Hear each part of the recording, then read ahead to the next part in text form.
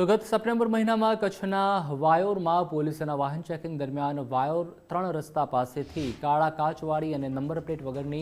Scorpio car પકડાઈ હતી, જેમાં 15 વર્ષનો સગીર ડ્રાઈવર હતો, જેને ડિટેઇન કરવામાં આવ્યો હતો અને આરટીઓ મેમો તૈયાર કરવામાં આવ્યો હતો, પરંતુ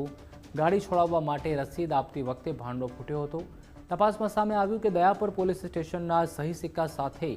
નકલી મેમો તૈયાર કરી આરટીઓમાં રજૂ કરવામાં આવ્યો હતો। વાયોર પોલીસે નકલી મેમો બનાવનાર રાવલ મિસ્રી જત અને અન્ય 2 લોકો અભિદ અબડાસા અને અમીન સિદ્દીક જત સામે ફરિયાદ નોંધાવી છે। એમાં 26/9/2025 રોજ વાહન ચેકિંગ ચાલુ હતું ત્યાં વાયોર પોલીસ સ્ટેશનમાં, અને પીએસઆઈએ એક મહિન્દ્રા સ્કોર્પિયો ગાડી પકડેલી હતી, જેમાં ડાર્ક ગ્લાસ હતા,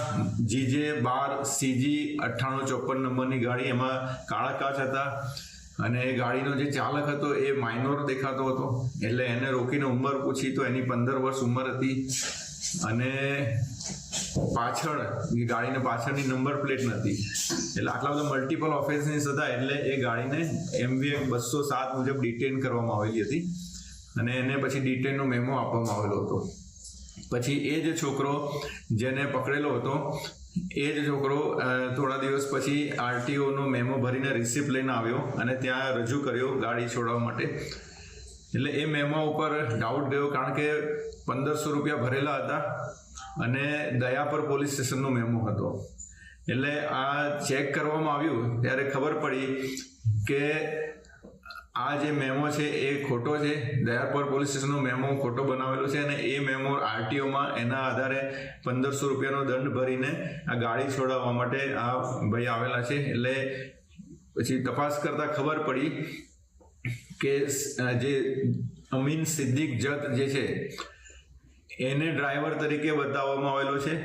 અને ગાડીના ડ્રાઈવર તરીકે એને બતાવીને એના નામનો મેમો દયાપર પોલીસ સ્ટેશનનો મેમો જનરેટ કરવામાં આવેલો, અને એ મેમો ભરીને અહીંયા વાયોર પોલીસ સ્ટેશનમાં આ વાહન છોડાવવા માટે આવેલા હતા। એટલે આ બંને ઇસમો જે છે રાવલ મિસ્રી જત અને અમીન સિદ્દીક જત, એ બંનેની ઉપર ખોટા આ રીતે ફોર્જરીવાળા ડોક્યુમેન્ટ્સ રજૂ કરવા બદલનો ગુનો દાખલ કરવામાં આવેલો છે।